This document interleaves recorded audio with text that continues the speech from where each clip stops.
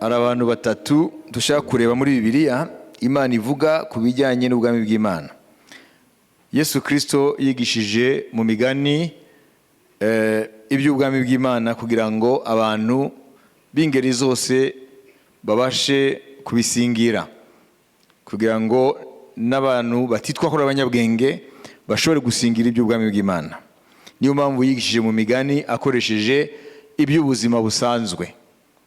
Hano rero muri Matayo 13 turasoma ku murongo wa 44 tugeze ku murongo wa 52. Ubwami bwo mu ijuru bugereranywa n'izahabu zahishwe mu murima, umuntu azigwaho arazitwikira aragenda, umunezero umutera kugura ibyo yari atunze byose ngo abone kugura uwo murima. Kandi ubwami bwo mu ijuru bugereranywa n'umutunzi ushaka imaragarita nziza, abonye imaragarita imwe y'igiciro cyinshi aragenda agura ibyo yari atunze byose ngo abone kuyigura. Nuko kandi ubwami bwo mu ijuru bugereranywa n'urushundura bajugunya mu nyanja ruroba ifi z'amoko yose. Iyo rwuzuye barukururira ku nkombe, bakicara bagatoranyamo inziza bakazishyira mu mbehe, imbi bakazita. Uko niko bizaba ku mperuka y'isi. Abamarayika bazasohoka batoranya abanyabyaha mu bakiranutsi, babajugunye mu itanura ry'umuriro, niho bazaririra bakahekenyera amenyo. Ayo magambo yose aho murayumvise? Baramusubiza bati, ye. Arababwira ati, nicyo gitumye umwanditsi wese wigishijwe iby'ubwami bwo mu ijuru agereranywa na nyir'urugo utanga ibintu bishya n'ibya kera abikuye mu bubiko bwe. Amen. Amen. Hano turashaka kureba abantu b'uburyo butatu. Wenda uraza kwisanga hamwe muri abo, biraturuka ukuri bukurikira ijambo ry'Imana. Uwa mbere aravugwa hano ku mirongo 44. Mwenda Tawodiro asoma umurongo wenyine. Ubwami bwo mu ijuru bugereranywa n'izahabu zahishwe mu murima, umuntu azigwaho arazitwikira aragenda, umunezero umutera kugura ibyo yari atunze byose ngo abone kugura uwo murima. Amen. Amen. Uyu muntu batubwiye ko ubwami bw'Imana bugereranywa n'izahabu yari yishwe mu murima. Amen. Hanyuma uyu muntu ayishurirwa ko muri uwo murima hahishwemo izahabu. Impamvu mukwiye kwandika ijambo guhishurirwa nuko si bose babimenye, na nyiri umurima ntabyo yarazi. Iyo abimenya ntabwo yari kugurisha umurima we.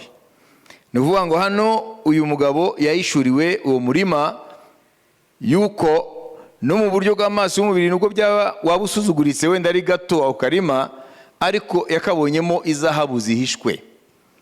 Bituma rero agenda ngo aragurisha ibye, aragenda anezerewe, agurisha byose yari afite agura uwo murima. Yesu aravuga ngo uwo ni umugani ugaragaza iby'ubwami bw'Imana. Mu Kinyarwanda bavuze umugani ariko si umugani, ni parabole. Parabole si umugani.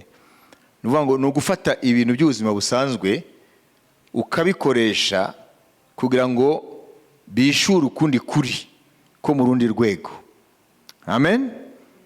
Haleluya.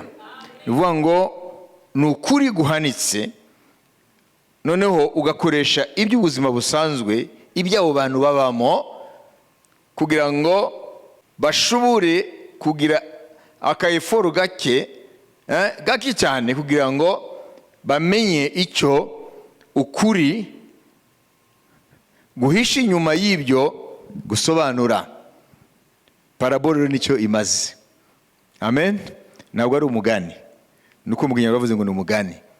Ni ukuvuga ngo rero Yesu akoresha imvugo ituma n'abantu bo hasi cyane batize, batitwa abanyabwenge mu buryo bw'isi, bashobora gusingira uko kuri. Kandi umuhanuzi Yesaya niko yahanuye ngo naza ngo azavuga mu migani cyangwa azakoresha za parabole. Yesu rero hano aravuga ngo umuntu yabonye umurima, abandi bakawucaho na nyirawo akabona ko ari umurima uri aho ngindi, ariko we ayishurirwa ko muri uwo murima hahishwemo zahabu. Urazi ko zahabu ifite agaciro. agenda agurisha byose, agura ako karima. Nuvuga ngo muri we yari afite iyishurirwa abandi badafite, yuko ibyo atunze byose ntabwo yabigereranya niyo zahabu yishwe muri uwo murima. Kuko ni kubwami bw'Imana bumeze. Amen. Uyu muntu wa mbere rero ni umuntu ari aho atariho arashakisha Imana, ari mu buzima bwe busanzwe, hanyuma Imana imuzanira ishurirwa ry'iby'ubwami. Ntabwo ari abantu bose bamenye Yesu ariko bamushatse. Ariho n'umuntu iby'Imana biri kure ye, we yibereye mu buzima bwe gusa, Imana imuzanira ishurirwa akamenya iby'ubwami bwayo. Uwo n'umuntu ntabwo arashaka Imana, yibereye mu buzima busanzwe, ariko kubw'ubuntu bw'Imana, Imana imuhumura amaso akamenya ko hari ubwami bw'Imana, akamenya ko hari ubuntu bw'Imana. Amen. Ni umuntu usanzwe. Umuti ni umuntu usanzwe, si umunyedini, si umunyabwenge, ni umuntu usanzwe yibereye mu buzima bwe busanzwe. Gusa mu buzima bwe Imana ikamuhumura amaso akamenya ko ubuzima ntabwo ari ubu gusa turimo, hari ubundi. Noneho iryo ishurirwa Imana imuhaye bigatuma noneho abona ko ibintu byose byo ku isi n'ibyo yifuzaga adafite ntabwo byagereranywa n'icyo ahishuriwe ubwami bw'Imana. Uwo muntu rero ahita yiha ubwami bw'Imana 100%, kubera ko yahishuriwe ko nta cyaburuta, ubwami bw'Imana buri hejuru ya byose. Uyu ni umuntu wa mbere. Nivuga ngo ni umuntu ntabwo ari umunyedini, si n'umunyabwenge, ari en recherche. Kuko abanyabwenge kenshi bakoresha ubwenge bwabo bashaka kumenya impamvu y'ibintu, sibyo? Ibyo bita être en recherche. Kugira ngo ukore ubushakashatsi ukwiye kuba ufite iby'ibanze. Amen. Ibyo bita les outils intellectuels philosophiques. Ntabwo ari umuntu wese ukora ubushakashatsi. Mwayumvise? Mu bijyanye n'iby'ubwenge ukwiye kuba ufite ibintu bikubashisha gukora ubwo bushakashatsi. Uyu rero ni umuntu yibereye mu buzima bwe, Imana rero imugirira ubuntu, arahumuka, amenya ubwami bw'Imana, ahita abona yuko bumurutira ibindi byose afite. Noneho akiha ubwami bw'Imana 100% akabukorera. Kandi mwumvise ngo anezerewe kuko yahishuriwe ikiruta ibindi. Ni ukuvuga ngo hataba yishurirwa ntushobora kumenya ikiruta ibi byose byo mu isi. Birakeneye revelation y'Umwuka Wera. Uyu muntu rero nubwo atari en recherche, atari arashaka Imana cyangwa arashaka kumenya impamvu y'ibintu, we yibereye mu buzima bwe busanzwe, ahangayikishijwe no kubona icyo kurya cyangwa ubuzima busanzwe abantu barimo, ntabwo yari muri recherche na kimwe, yaba mu by'ubwenge yaba mu gushaka Imana. Nta n'idini yari afite. Gusa Imana yamuhaye revelation, Imana yamuhaye yishurirwa, amenya ubwami bw'Imana, hanyuma arahumuka, amenya ibyo benshi batazi, bituma noneho anezerwa. Ibindi byose yararimo nibyo yifuzaga atari bwageremo bimubera nk'amase, kuko yabonye ikibiruta ubwami bw'Imana. Uyu ni umuntu wa mbere. Umuntu wa kabiri n'uyu avugwa kuri 45. Kandi ubwami bwo mu ijuru bugereranywa n'umutunzi ushaka imaragarita nziza. Amen. Aha. Igitandukanya uyu wa kabiri n'uwa mbere niki? Arashaka. Mwabyumvise? Il est en recherche. Hari ibyo ashaka.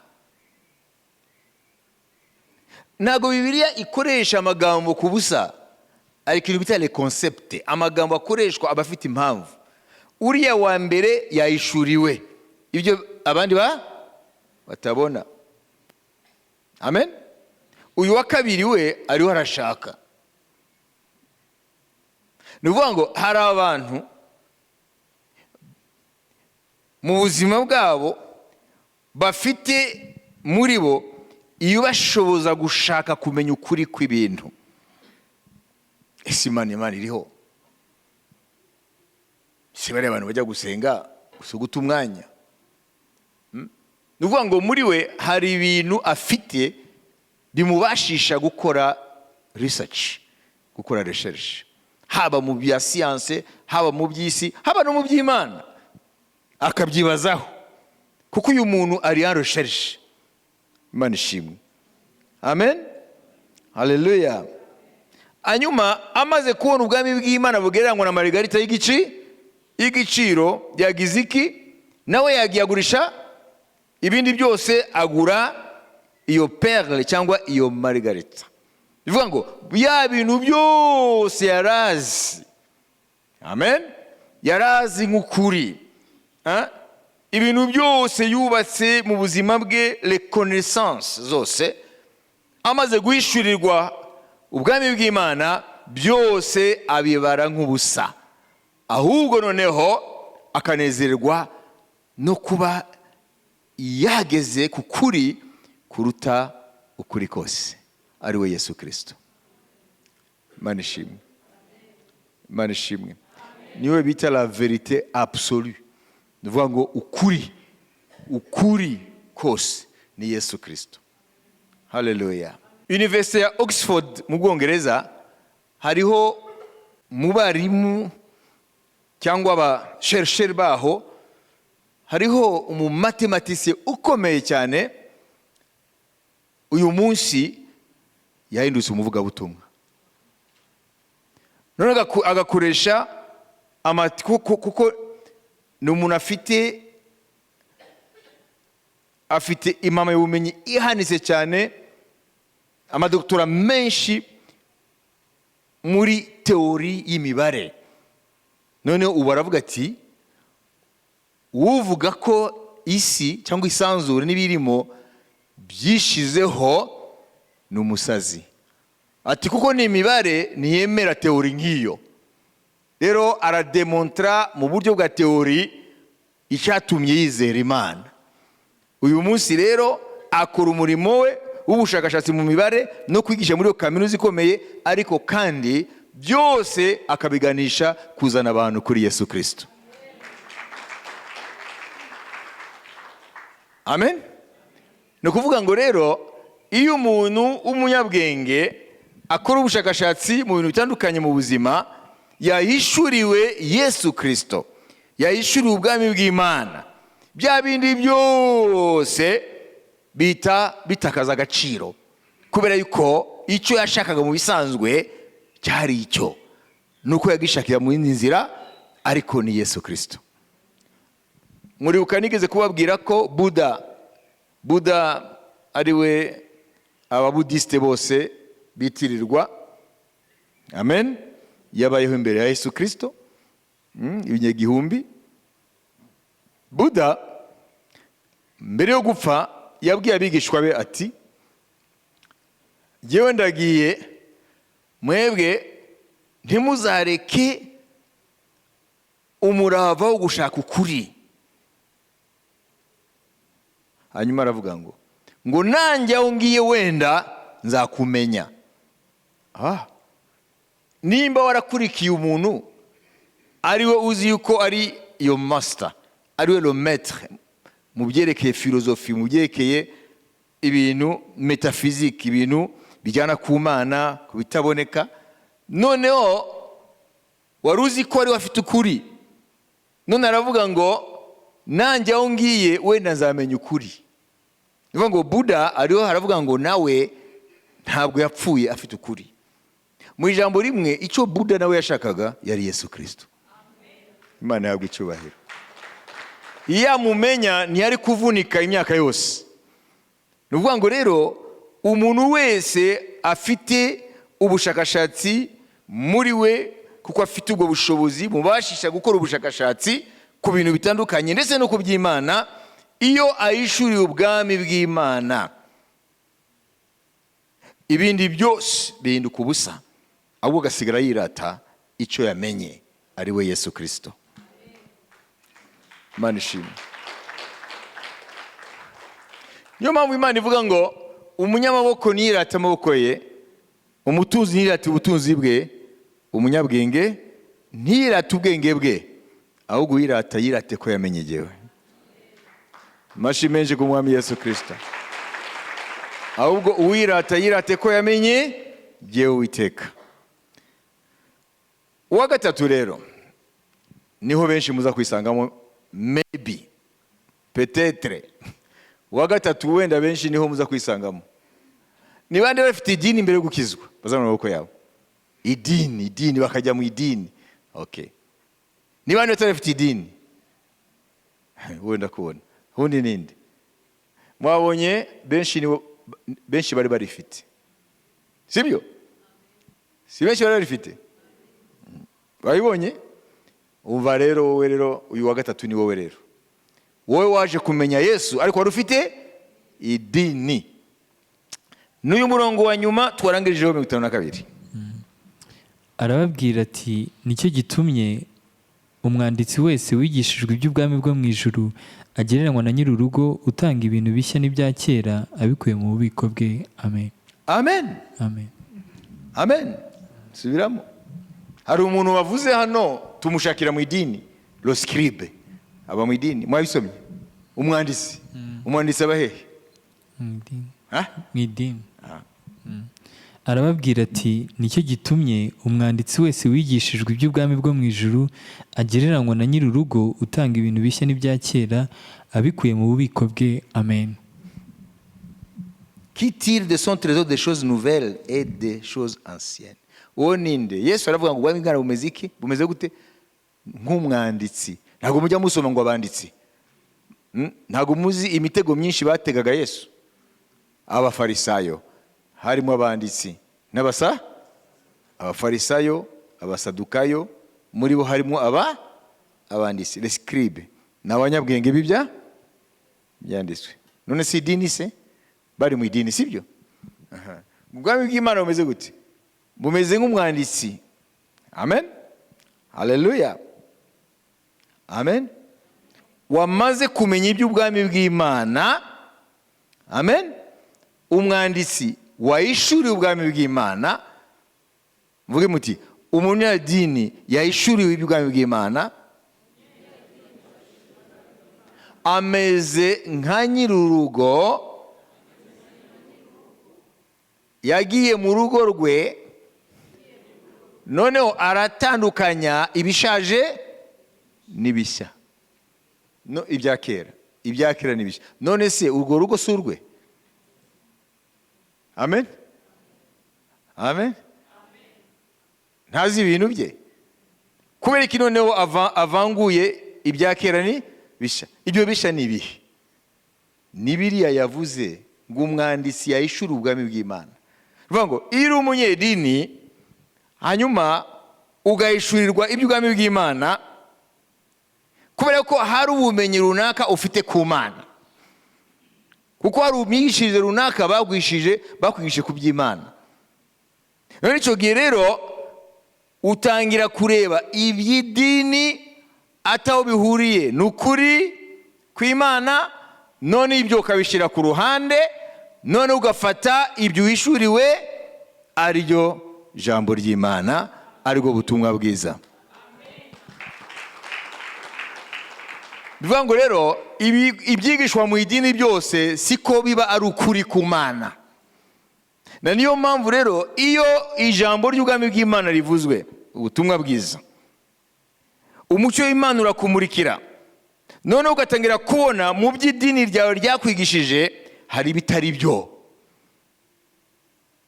Nk'uba bakubwiye ngo intungane ngo yibwira icumi kangahe? 7. Siko bakubwiye. None ubutumwa bwiza wamara kubwumva iby'ubwami bw'Imana ugasanga si byo. Umukiranutsi akwiye kuba uwera mu ngeso ze zose buri munsi.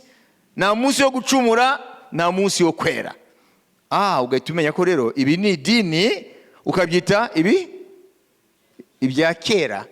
noneho ibi bisha rero by'ubwami nibyo nakiriye. Imana ihabwa icyubahiro. Barakwigishije ngo uwawe napfa uzajya umusomera misa kugezaho nimba ari muri purgatori akazagera akajya mu ijuru. None ijambo ry'Imana rikakuzaho rikakubwira ngo umuntu yabikiweho gupfa rimwe hanyuma akaza urubanza. Bwa bundi rero abapfuye ntacyo twabamarira twebwe ngo babasigaje urubanza. Utufata rero ibya kera by'idini ryawe ukabishira ku ruhande, none ugafata ukuri ku ijambo ry'Imana, aho ukagira umwete wo kubwiriza abavandimwe bwawe n'inshuti zawe bakiriho, kuko bamaze kuva mu mubiri ntabwo uzabasengera ngo uhindure kondisiyo barimo. Ni ukuvuga ngo rero umunyedini akwiye, iyo amaze guhishurirwa iby'ubwami bw'Imana, akwiye gutangira umurimo rero wo kuvavanura, wo gutandukana iby'Imana n'ibyo yibwira ko ari iby'Imana bamwishije atari byo, kuko ubwami bw'Imana butandukanye n'idini. None ndaje kuri iri jambo, wowe ibyo wowe wizera ko ari iby'Imana ubizi gute? Ubizi gute kuri mu by'Imana? Abantu batatu mwabumvise. Uwa mbere ni umuntu yibereye aho, nta recherche akora, ntabwo arashaka Imana, wibere mu buzima busanzwe. Imana imugirira ubuntu, ayishurirwa iby'ubwami bw'Imana. Okay? Ibindi byose abona ko byahindutse amase kuko yabonye ubwami bw'Imana. Noneho abwinjiramo, arabwakira anezerewe. Noneho agatangira kuba umukozi wabwo. Imana ishimwe. Akaba n'umwana muri ubwo bwami. Uwa kabiri ninde? Uwa kabiri ni umuntu afite ubwenge bw'isi, bumubashisha gukora za recherche. Ashobora gukora recherche ku by'Imana, ku madini, ku bintu bitandukanye by'ubwenge. Ashobora no kujya impaka n'abantu bavuga iby'Imana, kuko we afite ibyo ahagazeho mu bwenge bwe. Iyo rero amaze guhishurirwa iby'ubwami bw'Imana, batubwiye ngo nawe bya bindi byose arabireka, noneho akakira rero Yesu Kristo, kuko niwe kuri.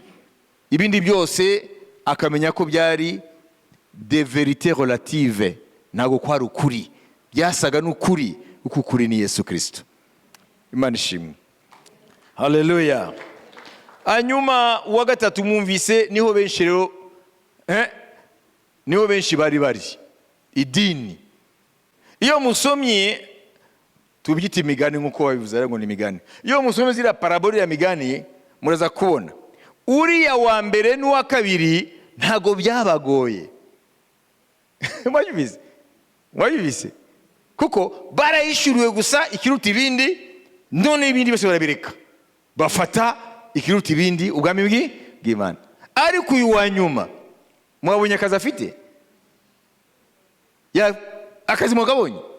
Kuraho ibintu byose byo mu nzu, injira mu tubati, fundura, reba mu duseke, reba munsi y'uburiri, ibintu byose. Mwibaza ko mu nzu buriya haba harimo ibintu n'utuntu, ntabwo byari byoroshye. Ni ukuvuga ngo rero umunyedini kugira ngo azave mu mahame yakuriyemo, nuko Imana ifite amaboko. Mute nuko Imana ifite amaboko.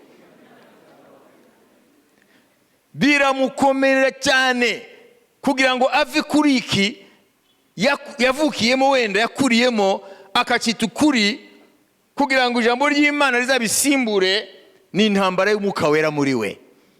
Bariya babiri ntago bigoye, ariko uriya yitwa umunyedini afite akazi.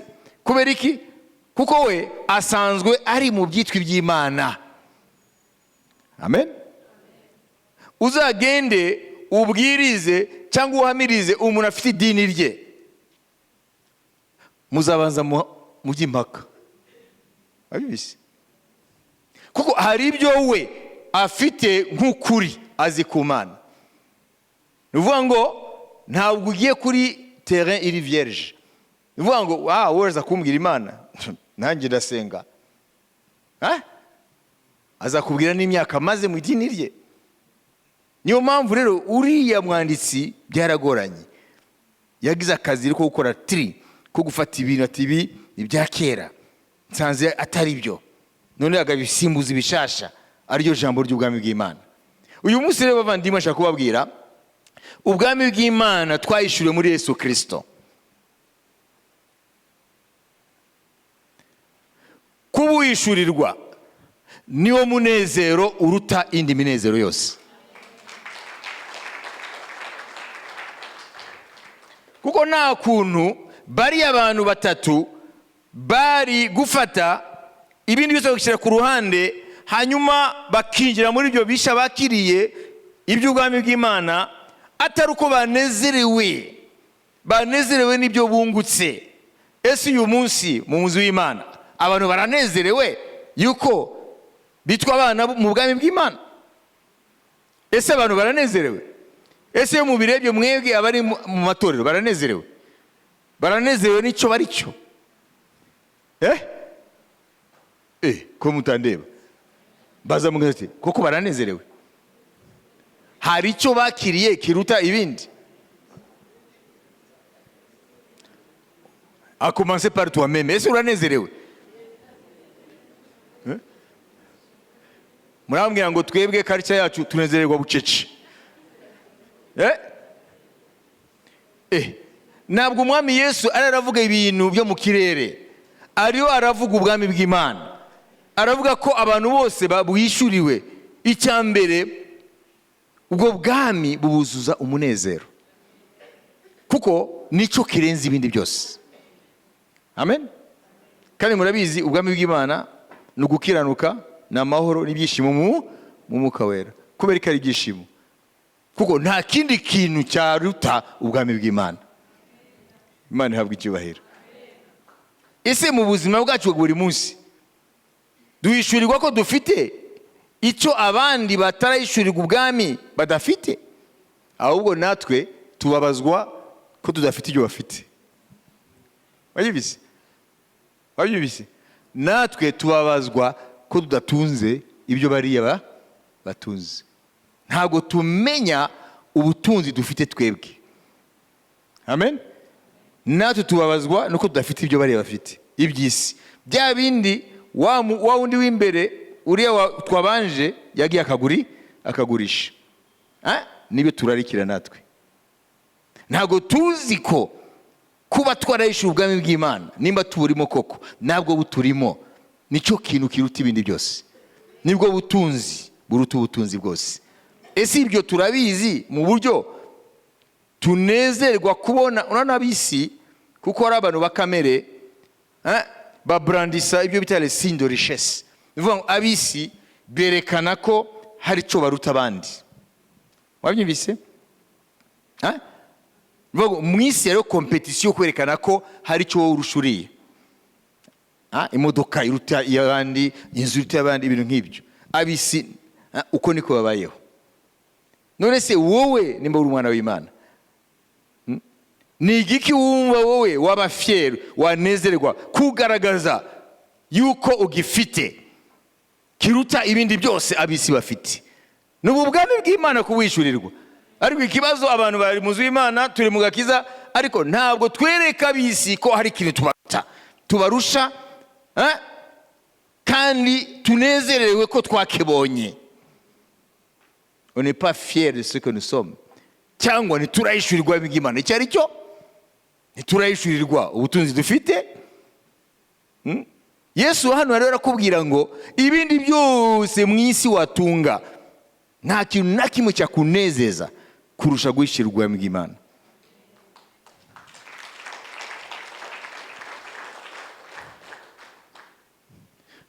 Ariko Satani turakira agakiza, tukihana ibyaha, tukamenya Yesu, tukizera ubutumwa bwiza, tukamenya amasezerano y'Imana, tugahishurirwa ubutunzi budashira butagira akagero go muri Kristo. Hanyuma igihe gito wa munezero ukagenda, tugasigara turi muri routine, tugasigara turi abantu bari mu muhango n'umugenzo, nuko gusa tutakiri muri bya byaha. Ariko muri twebwe ntago turi fier, ntago tunezerewe ko dufite ibintu bihambaye bidashira, ubutunzi budashira. butagira akagero abandi badafite. Uzasome Paulo iyo avuze agakiza, Paulo ntago arakavuga nk'umuntu utunze ibintu byose by'isi ubishize ku munzane, ntago byapimwa n'ubutunzi yahishuriwe muri Kristo Yesu. Ngo ibintu byose byari inyungu mbere yo kumenya Yesu, mbere yo kumenya Kristo. Ngo nabibaze ko ari amase, kuko ikibirengeye byose ni ukumenya umwami wanjye Yesu Kristo. Dusomere Abafilipi 3:7. Rero ni ijambo rikomeye rijyanye no guhishurirwa ubwami bw'Imana. Guhishurirwa ubwami bw'Imana icyo ari cyo. Nyamara ibyari indamu yanjye nabitekereje ko ari igihombo ku bwa Kristo. Amen. Suremo twese. Nyamara ibyari indamu yanjye nabitekereje ko ari igihombo ku bwa Kristo. Amen. Nimuvase kuba yaramenye Kristo, ibindi byose yirataga ngo yayibaze ko ari igihombo. Ese Paulo yirataga iki? Ntago mubizi se? Arabivuga. Aravuga ko ndi umuheburayo mu baheburayo wo mu muryango wa Benyamini. Mwabyumvise? Ibyo ni byirato bye. Uvuga ngo ariwe arabyirata ku bapagani. Ndi umuheburayo w'abaheburayo wo mu muryango wa Benyamini. Si byo gusa, ndi umufarisayo mu bafarisayo, kandi apana umufarisayo wese, umufarisayo wari ku isonga mu kurwanya abantu bose batubaha Imana ya Isirayeli. Ishaka ryanjye narirushije abandi bo mu rungano rwanjye. Si byo gusa, ari mu by'idini yari afite ibyo yirataga, ari mu by'ubwenge kuko Paulo yize kaminuza z'icyo gihe, nabyo yarabyirataga atarahura na Yesu. Si byo gusa, no mu butunzi bw'isi Paulo ise yari umucuruzi ukomeye cyane mu mujyi wa Tarso. Ubibonera he? Ntabwo abaroma bari kumuha nasiyonalite ataruko ari umukire. Wabyumvise? Paulo yari umuroma. Mwabyumvise? Kuba umuroma uri umunyamahanga ugahabwa ubwenegihugu bw'abaroma, inzira imwe nuko waba warakoze imirimo myinshi cyane ku bwa Roma. Tu as rendu de grands services à l'Empire romain. Kuba hari akamaro wamariye ubwami bw'abaroma. Kese yawe kayijyana kugeza mu nzego zo hejuru kwa Kaisari, noneho bakaguha citoyenneté, citizenship, ubwenegihugu. Cyangwa se ugatanga amafaranga menshi kugira ngo ugure nationality. Paulo igihe bamufungaga bamuhora umurimo w'Imana, hanyuma bakamushyira hariya ngo yiregure, noneho avuze ngo jyewe ndajuriye kwa Kaisari, izi nkiko za ntago nzemera, ndajuriye kwa Kaisari, barakanura kuko bumvise ko ari umuroma. Bahita bavuga ati ni umuroma, batangira kwicuza ngo bafunze umuroma. Mwabyumvise? Suko Paulo yishimiye kuba umuroma, ariko ariho arakoresha ya mpano twumvise y'ubwenge. Amen. Kandi si ibyo gusa, nuko umwami yamubwiye ngo uzatwara izina ryanjye n'imbere ya Kaisari. Imana ihabwe icyubahiro. Amen. None Paulo yaba iby'ubwenge yari afite ibyo yirata, yaba iby'idini yari afite ibyo yirata, yaba n'ubutunzi bw'isi yavaga mu muryango ukize. Ibyo byose aravuze ngo maze kumenya Kristo nabibaze nk'igihombo nk'amase. None wowe mvandi muri hano, kubera ko utanezererwa n'ubwami wahishuriwe nimba uburimo, kubera ko utanezererwa no kuba umwana w'ubwami, kuko utanezerwa no kwitwa umwana w'ubwami, kubera iki? Nuko guhishurirwa kwawe gufite ikibazo. Bivuga ngo ntabwo uramenya icyo Yesu asobanuye muri wowe. Paulo yaramenye ko kwakira Yesu Kristo biguhesha uburenganzira bwo kwitwa citoyen du ciel. Amen. Citoyen, ururembo rw'Imana. Kuba umusitoyen wo mu ijuru. Mu ijuru bakakumenya. Murabona buri gihugu kigira za diaspora, kigira abaturage bacyo bari mu bindi bihugu. None twebwe hano muri isi, nimba turi mu bwami bw'Imana kubwo kwizera Yesu Kristo, mu ijuru baravuga bati tufite basitoye mu isi. Imana ihabwa icyubahiro. Haleluya. Imana izi ko ifite ubwoko hano. Imana ubwayo irishimira kugira ubwoko hano. Ariko bamwe muri ubwo bwoko ntago babyishimiye. Si ikibazo. None Imana mu ijuru avuga ngo mu isi mfite abasitoye. Amen. Mfite abaturage bo mu ijuru. Ariko muri abaturage bo mu ijuru ntago banezerewe n'icyo baricyo, ahubwo bakanezerwa no kubibindi, ahubwo bakararikira ibyo abisi Imana ivuga ngo barivuruguta mu byondo, mu mase. Ibyo bita ubutunzi abisi Imana ibyita mase, kuko byose byavuye mu itaka Imana yaremye kandi bizasubira mu itaka. Byose birasaza muri isi, byose birashiraho. Nibyo abitwa ko bari mu bwami bw'Imana benshi bararikira.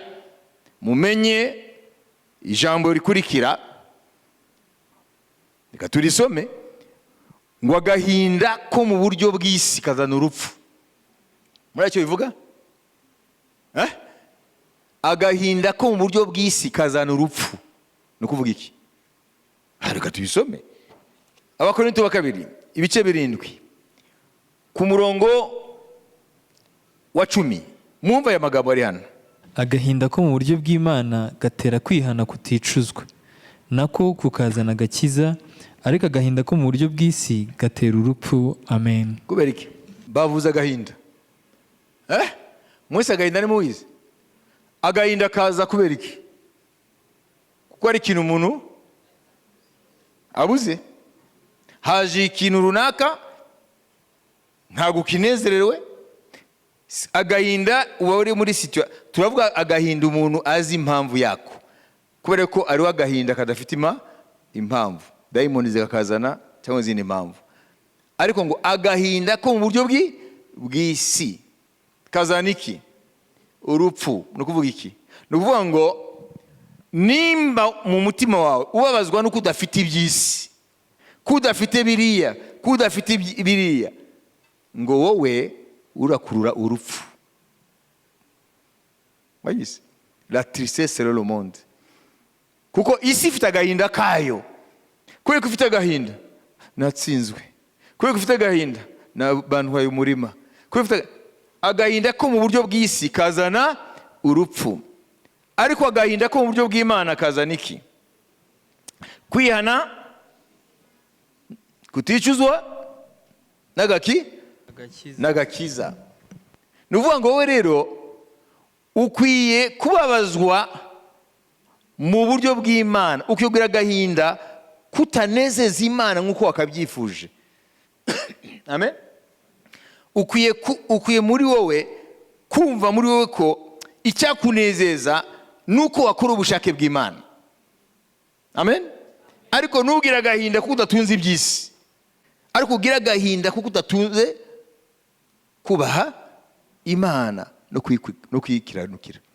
Ni bangahe mu nzu y'Imana bafite agahinda kuko bababaza Imana, kuko batayikiranukiye ngo bikwiriye, kuko hari amagambo hano ahora batsinda? Ntabwo ari benshi be nabo, ariko reba benshi iyo muganiriye uzasanga agahinda ke nuko adafite ibi. Agahinda ko mu buryo bw'isi kazana iki? Urupfu. Amen. None Yesu kuki yavuze ngo mushake ubwami bw'Imana no kwirenga kwa mbere na mbere, niho ibindi byose muzabyongererwa. Ibyo bindi byose ni biki? Arabivuga ngo ni byose abisi bifuza biruka inyuma, ngo so mu ijuru azi ko mubikeneye, ngo mushake mbere na mbere ubwami bw'Imana no gukiranuka kwayo, ngo ibindi byose ab'isi bari bariruka inyuma. Ibyo bagize priorite, ibyo bagize impamvu yo kubaho, ngo so mu ijuru azi ko mubikeneye, ngo mwebwe ngo mushake mbere na mbere. Iri jambo risurinye ni adverbe premièrement, mbere na mbere mushake ubwami bw'Imana no gukiranuka kwayo, ngo ibindi byose nubwo yabirezimye ngo imyenda, ibyo kurya, amen, haleluya, ibyo kunywa, mu magambo make ni ibintu byose biri mw'isi abantu bifuza, ngo ibyo ngo abapagani b'isi ngo nibyo bararikira, ngo ariko so mu ijuru azi ko mubikeneye. Yesu rero aravuga ngo ibi byose by'isi mubona n'amaso yanyu, Imana ibyita inyongera yongerera, amen, abakiranutsi. Imana yahabwa icyubahiro. Ab'isi babyita ko ari byo by'ingenzi, Imana ikabyita inyongera. None rero bavandimwe, uyu mugoroba mwebwe mwagiriye ubuntu bwo kuba hano kugira ngo mwumvire ijambo. Fata ubuzima bwawe ushire ku munzani, hanyuma noneho wibaze, ese koko uri umwana mu bwami bw'Imana? Ese ubwami bw'Imana bukurimo? Uburimo bukurimo? Urambwira ati yego. None se warasobanukiwe icyo ari cy'ubwami bw'Imana? Uravuga ati yego. Ese nibwo munezero wawe? Nibwo byishimo byawe? Kuko wa mugabo yayishuriwe izahabu muri wa murima, akajya kugurisha ibyo yaratunze byose ngo agure wa murima, kandi Yesu akavuga ngo ajya amaze kuyishyurirwa mu murima ko muri wo arimo zahabu zihishwe, ngo aranezerwa cyane. Uwo munezero umutuma ajya kugurisha ibyo atunze byose ngo agure wa murima. Murumva hariho ijambo kunezerwa. Ese uranezerwa nuko ayishyura ubwami bw'Imana? Ese mu bikunezera wowe ni ubwami bw'Imana wayishyuriwe, cyangwa unezerwa iyo wabonye iby'isi, cyangwa unezerwa iyo iby'isi bigenda? Mu byo utunze. Icya kabiri, wa mugabo yariho arashakisha perle, marigarita y'igiciro, cyangwa muvuge nka bijou, sibyo? Cyangwa objet d'art, ikintu cy'igiciro. Hanyuma abonye iyo marigarita, niko bavuze, ni ikintu cy'igiciro. Bibiliya igifaransa bavuga ngo ni perle. Amaze kubona icyo kintu cy'igiciro, yagize iki? Yahise agenda n'abagurisha ibyo atunze byose ngo agure kiriya kimwe gusa, kandi abikora anezerewe. Uko niko ubwami bw'Imana bumeze. Ese wowe, ariko bita échelle de valeur mu gifaransa, iyo usumanishije ibintu mu gaciro, ese ubwami bw'Imana buri ku isonga ubuzima bwawe? Ese buri ku isonga?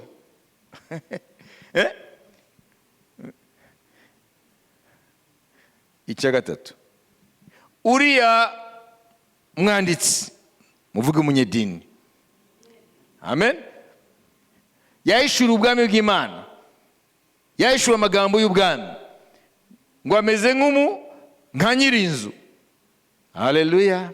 Yaragiye afata ibintu byose byo mu nzu, avangura ibya kera n'ibishya, kuko yamenye ko ibyo yari afite mu idini rye, ubumenyi yari afite ku Mana, yasanze bimwe ni idini ryabimuhaye ntaho bihuriye n'ijambo ry'Imana.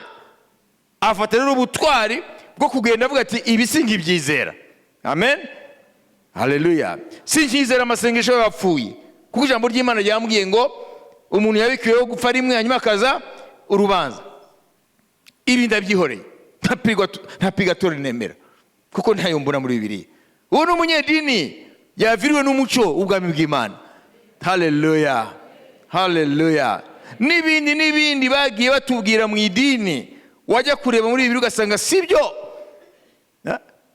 Noneho akanezerwa no gukora uyo murimo wo kuvangura iby'idini ryamuyishije ku Mana n'ukuri k'ubwami bw'Imana. Bose batatu bahujwe n'ikintu kimwe, babonye ikiruta ibindi agaciro, ubwami bw'Imana. Muri ibi byose tumaze kumva uhagaze he? Uri mu bwami bw'Imana koko? Iki ni kibazo nibaza nawe ukwiye kwibaza. Uri mu bwami bw'Imana koko? Nimba burimo burangwa niki? Niki cyaranze bari abantu batatu? Byishimo. Yuko baguye, eka twushije ijambo risanzwe abantu bakoresha. Nuko baguye ku gifite agaciro kurusha ibindi byo byose. Ese wowe urabinezerewe koko? Iyaba ubwami bw'Imana wari umaze gusubira aribwo, ukanezerwa, ukamenya ko ufite agaciro kurusha ibindi byose ufite, ntabwo waceceka. Ibyiza biragutwika, ukaruhuka wabivuze. None wowe umugore wawe yabyaye, uvuye hariya kuri maternité kumureba, ugahita uhura n'inshuti n'abagenzi, uhita mugenda mukaganira ibindi, iyo nkuru uyifite. Kisi uri umurwayi w'umutwe. Nibaza ko n'ibindi muri muganire baravuga ati murabizi inkuru nziza twabyaye. Siko bimeze? Ikintu cyose cyiza cyakugezeho, amen, kidateye isoni kubera ko nta manyanga arimo, uruka wakibwira inshuti n'abavandimwe. None ubwami bw'Imana warawishuriwe, ubwami bw'Imana uburimo, ubwami bw'Imana bukurimo. Haleluya. Ariko ntabwo uvuga, kubera ko utavuga hari ikibazo. Ntabwo uramenya ibyo ari byo, ntabwo uramenya icyo Yesu yaguhinduye, ntabwo ushobora guceceka. Abantu bashobora kumara icyumweru baganira n'abantu, ntabwo baravuga inkuru nziza y'ibyabagezeho ubwami bw'Imana. Nuko dushobora kuba twaraguye mu mutego kuba abanyedini. Wayumvise? Si abanyedini gusa, hari abanyedini bafite ishyaka ry'idini ryabo, baribwira buri muntu wese. None twabaye iki finalement? Twabaye iki? Nimba tutabaye abanyedini twabaye iki? Ntabwo ubona bari abantu b'ibyihebe barabashuka ngo nimwituritsa ngo Imana yanyu ita ibajyana directement mu ijuru. Barabyizera, ni ibinyoma ariko barabyizera. Ariko se twebwe bite? Ntabwo Imana idusaba kujya kwiyica, ariko Imana yakubwira ngo nimba warayishuriwe ikibirengeye, nimba warayishuriwe ku bwami bw'Imana, wakiriye, urimo, bukurimo, ufite agaciro kurusha ibindi byose, ntabwo ushobora guceceka. Ntabwo ushobora guceceka, kuko wakamenye ko ufite icyo abandi badafite, kandi wakwishima yuko abandi bakimenya. Ubutumwa bwiza bwa Yohana, haleluya, ku murongo wa 43, amen, ugere kuri 51. Twumva amakuru y'uyu muntu hano. Igice cya mbere 43:51, Jean chapitre 1er. Bukeye bwaho Yesu ashaka kujya i Galilaya, abona Filipo, aramubwira ati nkurikira. Muvuge muti Filipo. Ni umugabo rero mumbi. Filipo yari w'i Betsaida, umudugudu w'iwabo wa Andereya na Petero. Filipo abona Natanayeli, aramubwira ati uwo Mose yanditse mu mategeko n'abahanuzi bakamwandika twamubonye, ni Yesu mwene Yosefu w'i Nazareti. Natanayeli aramubaza ati mbese i Nazareti hari icyiza cyaturuka? Filipo aramusubiza ati ngwino urebe. Yesu abona Natanayeli azi aho ari, amuvuga ati dore Umwisirayeli nyakuri udafite uburiganya. Natanayeli aramubaza ati wamenyeye he? Yesu aramusubiza ati Filipo ataraguhamagara ubwo wari munsi y'umutini nakubonye. Natanayeli aramusubiza ati Rabi, uri umwana w'Imana koko, ni wowe mwami w'Abisirayeli. Yesu aramusubiza ati mbese wijejwe nuko nkubwiye yuko nakubonye uri munsi y'umutini? Uzabona ibiruta ibyo. Kandi arongera aramubwira ati ni ukuri ndababwira yuko muzabona ijuru rikingutse, abamarayika b'Imana bazamuka bavuye ku mwana w'umuntu bakamumanukiraho. Amen. Amen. Amashyi menshi ku mwana. Yesu ariwe arahamagara abigisha ba mbere, sibyo? ba Andreya ba Simoni bariya bamaze kuba bigisha, sibyo? None ahuye na Filipo, aramubwira ngo nkurikira. Filipo aramumenye ko Yesu w'i Nazareti niwe Mesiya Abisirayeli bari bategereje, sibyo? Akivana na Yesu ahura n'inshuti ye Natanayeli. Mumvise baganiki bagiye mu projet zabo. Asavuye 45. Filipo abonye Natanayeli aramubwira ati, uwo Mose yanditse mu mategeko n'abahanuzi bakamwandikaho twamubonye, ni Yesu mwene Yosefu w'i Nazareti. Amen. Amen. Ntabwo ushobora kuba ufite inkuru nziza y'ubwami bw'Imana ukaba uzi ko Yesu muri wowe ni ubwami bw'Imana, hanyuma iyo nkuru ikaguheramo. Mwabibise Filipo umunezero yagize mu guhura na Yesu akamenya uwo ari we, byamutumye gushaka inshuti ye. Aramubwira, twabonye uwo Mose n'abahanuzi bavuze, ni Yesu w'i Nazareti mwene Yosefu.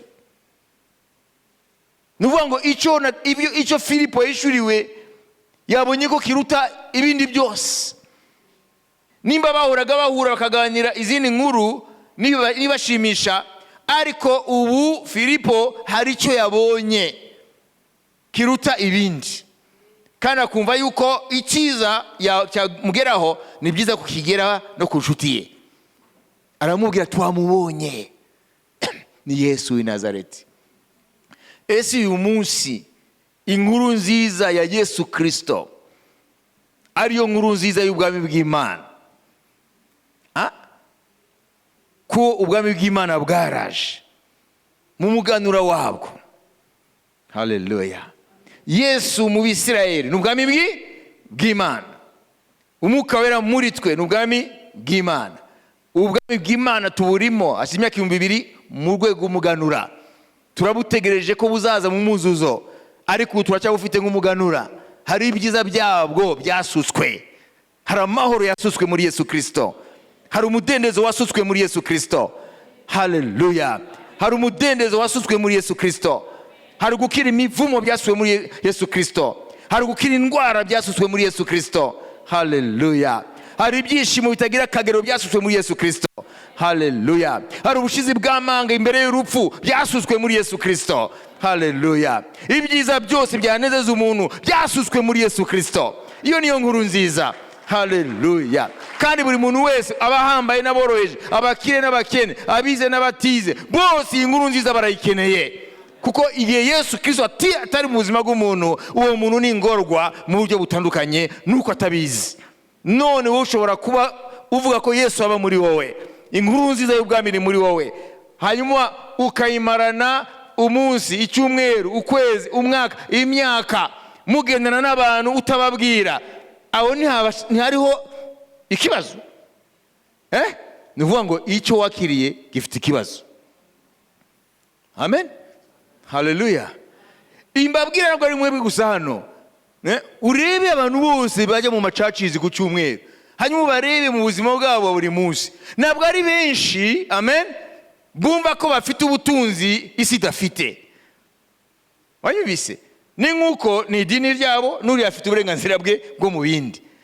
Ntabwo Imana ivuga ngo tubafate abantu mu kanigo, ariko turafite ubutunzi butuma dutwikwa muri twe kugeza aho tububwira n'abandi.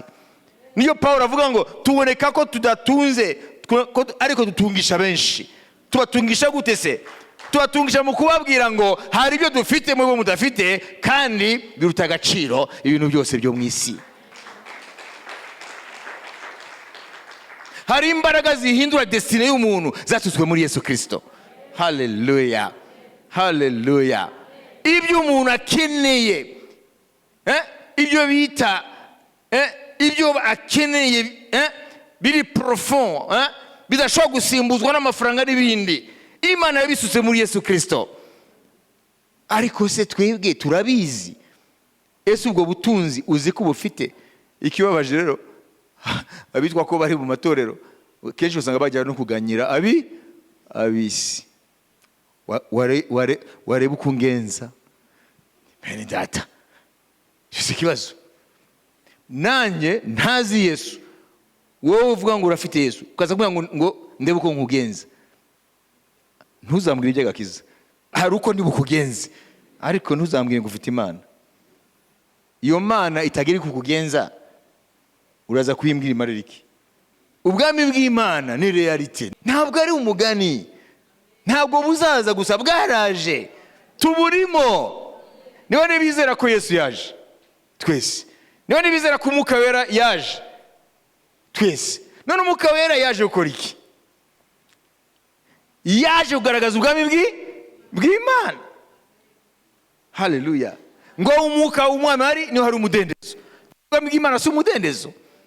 Umwuka we rero ari mu isi, haleluya, kugira ngo ayishurire abantu ubwami bw'Imana. Nimba rero twebwe twaragira ubuntu bwo kumenya ubwami bw'Imana, tukaba tuburimo nk'abana b'ubwami, haleluya, n'abakozi b'ubwo bwami, kandi bukaba buturimo. Nuvuga ngo dufite inkuru nziza isi idafite, dufite ibyishimo isi idafite. Tukwiye kunezererwa kuba twarabaye abana b'ubwami, haleluya.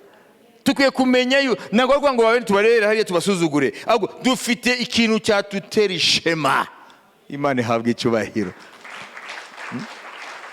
Dufite ikintu cyadutera ishema. Amen. Abantu benshi mu isi uzarebe, simvuga abisi, ndavuga abakristo bo mu itorero bakiri mu isi, ariko iyo yungutse ikintu abantu bashima ko ari igitangaza, agira ishema ryo kucyerekana. Sibyo se? Nije sibyo? Agira ishema kwegera ko yaguze imodoka nshya, sibyo? Agira ishema yo kubona ko ibiki kuko yagira ishema y'ibyo. Ntagira ishema riruta ibindi, ishema ryo kwitwa umwana w'ubwami, ishema ryo kwitwa, haleluya, citoyen du ciel. Wowe wizeye Yesu ufite citizenship yo mu ijuru. 10 Luka 17, haleluya, tugeze kuri 22. Mwumva ibyo umwami avuga hano.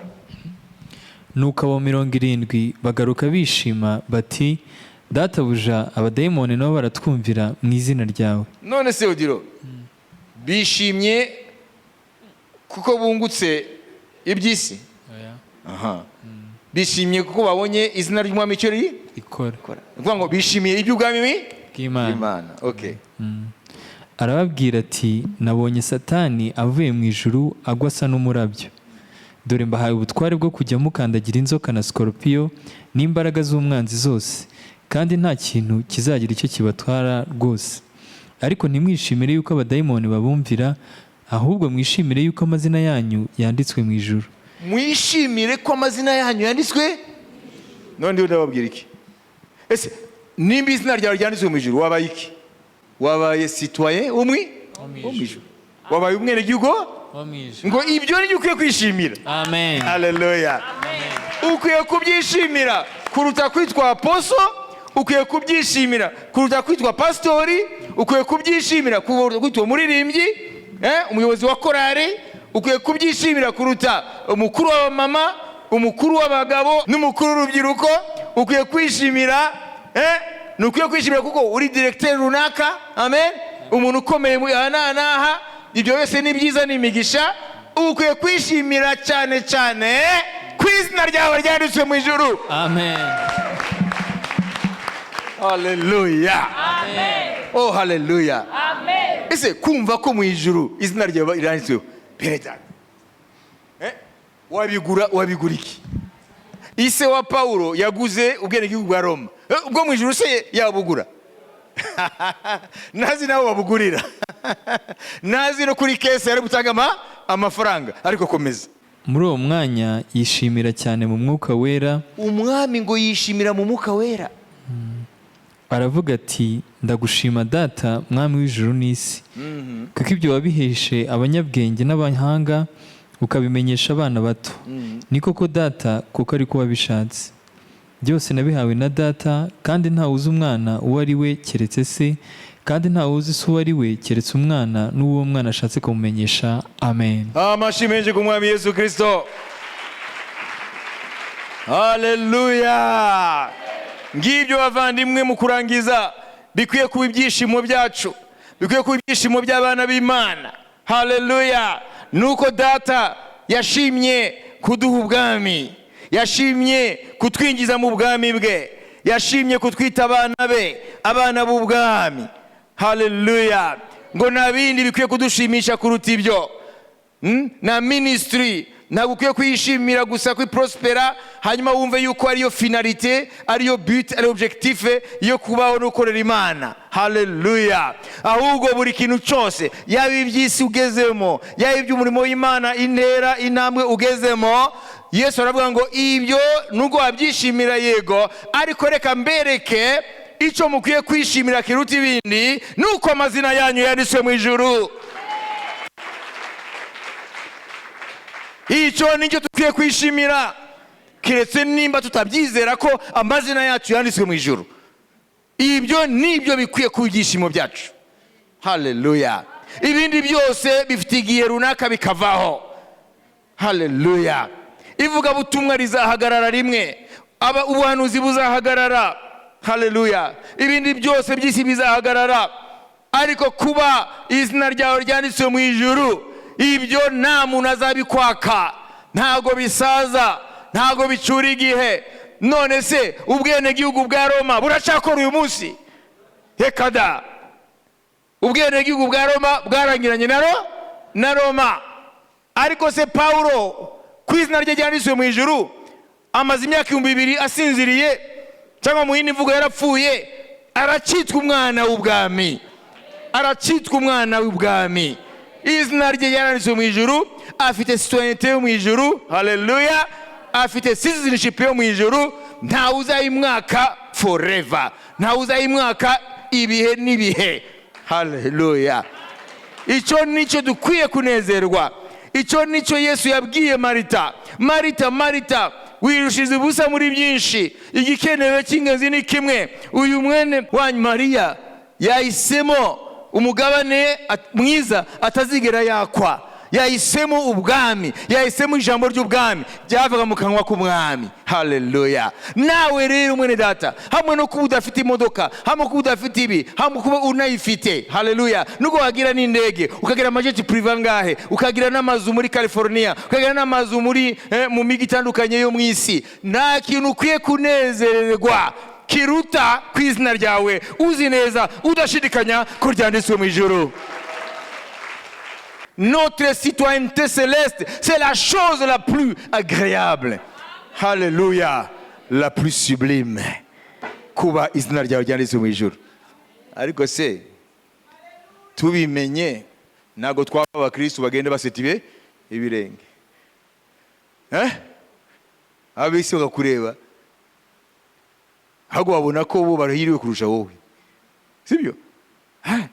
Muribuka wa muntu wamuvuga butumwa, yavugaga ubutumwa mu giterane, hari umugabo yari hariya yuzuye umwuka wera, ngo yagera ahantu haryoshye. Amen. Haleluya. Hanyuma Yesu abwira Petero ngo ngwino unsange. Petero agendera hejuru y'amazi, ageze aho hantu wamuvuga ngo haleluya. Hanyuma wamuvuga butumwa agahagarara, akavuga ati wa mugabo aramvangira cyane. Noneho ahamagara mu bakozi b'Imana bari aho, abadiyakoni bati genda mubwire wa mugabo ati abanza ndeke ndangiza ubutumwa, ntongere kunsakuriza, niturangiza umubwire ngo kuko namubonye nta nkweto afite, niturangiza mubwire ko ndi umugurira inkweto nshya. Wa mudiyakoni aragenda agera wa mugabo ati umva rero, uramva ubutumwa yavuze ngo ntongere kuguma uvuga haleluya haleluya igihe cyo ukamukira ku magambo n'iki byose, ngo yabibonye ko ukeneye inkweto, ngo nimurangiza muraza guhura arakugura inkweto nshya. Wa mugabo aricecekera, ariko yari yarabatuje mu mwuka wera. Muvuga muti yari yabatuje mu mwuka wera gusa no mu muriro. Haleluya. Nawe ngo urabatuje mu mwuka wera n'umuriro, hanyuma umwuka wera ntari yajise muri wowe ku magambo y'ubwami. I don't know. Arakomeza bamuvuga butumwa. Amen.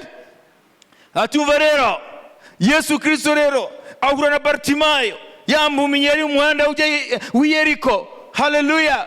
Hanyuma yari impumyi, yavutse ari impumyi, yumva abantu basakuza cyane, aravuga ngo nibiki ibyo, ngo ni Yesu umuhanuzi ukomeye w'i Nazareti araranyura Yeriko agana Yerusalemu. Ako kanya ahita haguruka aho yari yicaye, niho yabaga, niyo yari iseta. Hanyuma agatega abantu ngo muhe amafaranga. Yumvise ko ari Yesu, ako kanya arabaduka aravuga ati Yesu mwene Dawidi ngirira imbabazi. Baramucecekeye ati ariko wowe nta soni, wowe wumva yuko umwami na gahunda afite yahagarara kubera wowe? N'umuntu usanzwe ntiyahagarara kubera wowe nkanze umwami. Ngo niyita ku byo bavuga, kuko muri we hari ikintu cyitwa kwizera. Hari ukwizera, hari urusaku. Imana ihabwa icyubahiro. Haleluya. Paulo avuga ngo impamvu tuvuga nuko twizeye. Bartimayo aravuga ati noneho arongereza rero. Yari muri vitesi ya kabiri, ashira ya gatatu, ashira ni ya kane, ashira ni ya gatanu, kugeza azirangiza zose. Umuvuduko ati Yesu mwene Dawidi ngirira imbabazi. Ako kanya Yesu Kristo arahagarara. Imbaga ibihumbi y'abantu byose arabyibagirwa ako kanya, ahindukira Bartimayo. Haleluya. Abantu bose bati ese yaramuzi? Imana ntabwo ireba uko abantu bareba. Bartimayo arafite agaciro imbere y'Imana.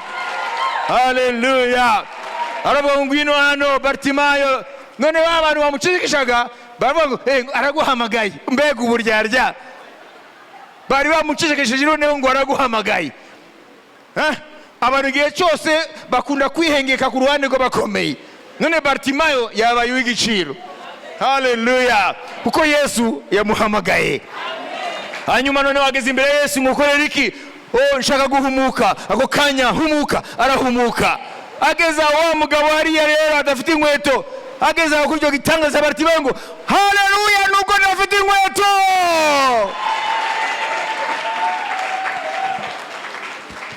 Haleluya yawe ntuzemere ko Satani ayizimya, kuko wabuze kawunga, kuko wabuze amafaranga, kuko akazi gahagaze, kuko wabuze ibi n'ibi. Haleluya yawe ikiye kuzahora igihe cyose iva mu mutima wuzuye umwuka wera n'umuriro w'Imana no guhishurirwa ukuri k'ubwami bw'Imana. Nezerwa, mu ijuru barakuzi, mu ijuru barazi izina ryawe.